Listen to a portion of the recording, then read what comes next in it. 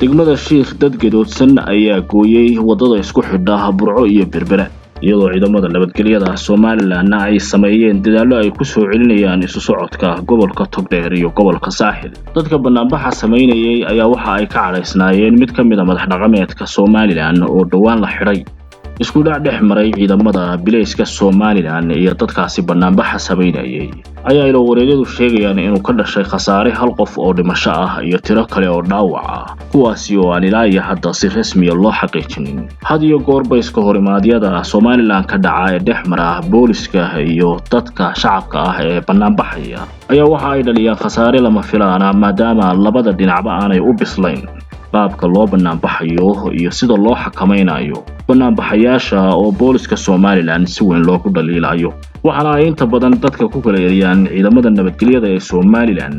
rasaas nool iyagoo adeegsanaya si ay u cabsi geliyaan isu soo baxayaasha balse waxa ay dhalisaa khasaare aan lagu talagelin dawladnimadu inay waxidho waa sababta ay u jirto maadaama oo ay mas'uuliyadda qaranka iyadu gacanta ku hayso